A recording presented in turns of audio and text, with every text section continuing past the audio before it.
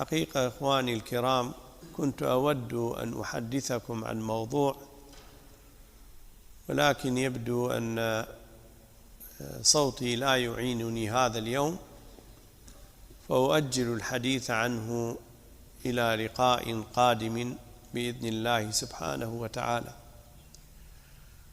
ولكن في لحظات أو دقائق أذكر نفسي وحضراتكم بضرورة التركيز في الحضور بين يدي الله تبارك وتعالى وأنتم تحضرون هذا المجلس المبارك.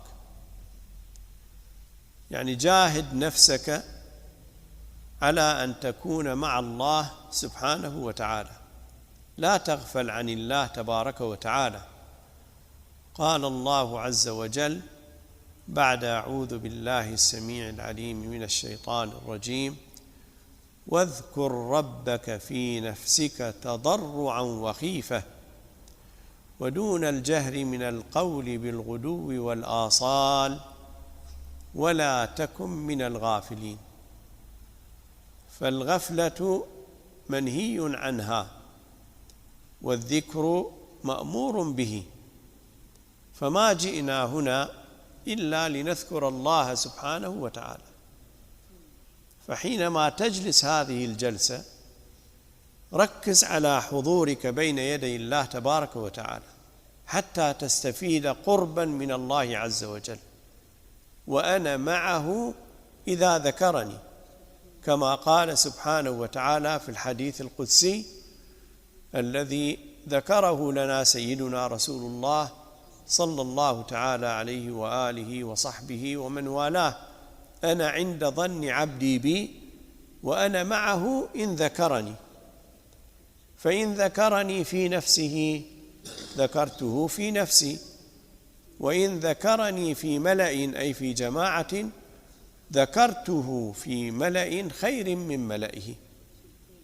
يعني أنت الآن ذكرت الله عز وجل بصحبة هؤلاء الطيبين، فضيلة الشيخ بيرام، كبار السن اللي الله سبحانه وتعالى يرحمنا بهم إن شاء الله تعالى، الشباب الذين يحبهم الله عز وجل وقد جاءوا إلى رياض الجنة، جاءوا إلى الله مقبلين سبحانه وتعالى، جاءوا تائبين. الله عز وجل يحب الشاب التائب، والشباب حينما ينشأون في طاعة الله تبارك وتعالى فهم إن شاء الله تعالى في ظل عرش الرحمن، وشاب نشأ في طاعة الله تبارك وتعالى. فإذا في الجلسة حاول أن تقطع علاقاتك الخارجية، لا تفكر في شيء إلا أن تحضر مع الله تبارك وتعالى. قل يا ربي أنا الآن بين يديك، وفقتني لذكرك فأكرمني بأن تذكرني، فاذكروني أذكركم واشكروا لي ولا تكفرون. فإذا من الوصايا لمن يحضر في هذه الجلسات أنه يجب عليه أن يقطع الصلات الخارجية، لا تفكر لا بمال ولا بتجارة ولا بسيارة ولا بوظيفة ولا بزوجة ولا بأب ولا أم. تذكر أرحم الراحمين سبحانه وتعالى، كن مع الله تبارك وتعالى يكن الله عز وجل معك برحمته وفضله وإحسانه. فأرجو أن ينفعنا الله تبارك وتعالى بهذه الوصية. والله تبارك وتعالى قال بعد أعوذ بالله السميع العليم من الشيطان الرجيم: والعصر إن الإنسان لفي خسر إلا الذين آمنوا وعملوا الصالحات وتواصوا بالحق وتواصوا بالصبر. فهذا من الحق الذي ينبغي أن نتواصى عليه.